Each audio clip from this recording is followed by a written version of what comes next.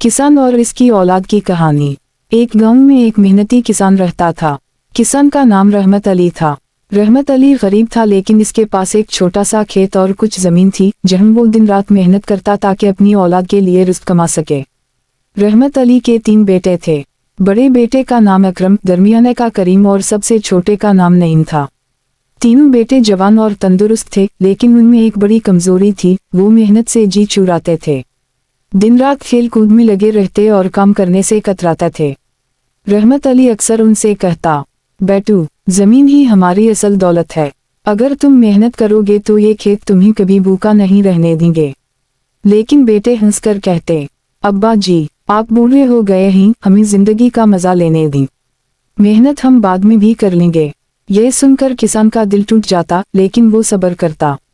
किसान की चालाकी। किसान जानता था कि इसकी औलाद तब तक नहीं सुधरेगी जब तक वो खुद मेहनत की कद्र ना समझे। एक दिन किसान ने एक चाल चली। उसने अपने बेटों को बुलाया और कहा, बेटू, मेरी जमीन में एक खजाना दफन है। जब मैं ना रहूं तो तुम ये जमीन खोद कर वो खजाना निकाल लेना। यह सुनकर बेटों की आंखों में लालच चमकने लगा। वो सोचने लगे कि अब हमें काम करने की जरूरत नहीं रहेगी, क्योंकि खजाने के बाद हम अमीर हो जाएंगे। खेत की खुदाई। कुछ महीने बाद किसान दुनिया से रुखसत हो गया। बेटे गम तो कुछ दिन करते रहे, लेकिन जल्द ही इन्हीं खजाने की याद सताने लगी। तीनों भाइयों ने बेल और हिल निकाला और जमीन खोदना शुरू कर दी। अकरम कहने लगा, जल्दी करो, शायद सोने के सके निकल आए। करीम ने कहा, हो सकता है कीमती जेवरात हूँ। नईम ने कहा, अब्बा जी ने हमें खजाने का इशारा दिया था, ये जमीन खाली नहीं जा सकती। वो दिन रात मेहनत करते, जमीन को इधर से इधर पलटते, मिट्टी साफ करते। इन्होंने पूरा खेत छान मारा, लेकिन कहीं भी खजाना ना मिला। मेहनत का इनाम। जब फसल का वक्त आया तो हैरत अंगेज बात हुई। जमीन जरखेज हो चुकी थी। इस साल खेत में इतनी शानदार फसल हुई कि गांव वाले देखते रह गए। गांव के लोग कहने लगे, रहमत अली की जमीन से तो सोना निकल आया है। बेटे भी हैरान थे। इन्होंने सोचा कि खजाना शायद जमीन में नहीं था, बल्कि वो फसल ही असल खजाना थी।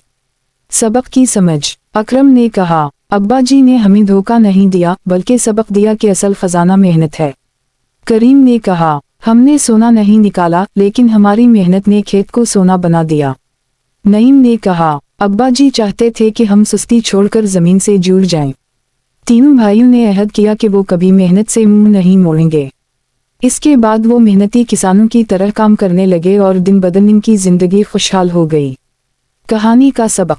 ये कहानी हमें सिखाती है कि मेहनत ही असल खजाना है। सुस्ती और काहली इंसान को तबाह करती है। वालिदैन के तजर्बे और नसीहतें हमेशा औलाद के फायदे के लिए होती हैं। नतीजा, किसान अपने बेटों के लिए सबसे कीमती खजाना छोड़ गया, और वो था मेहनत का राज।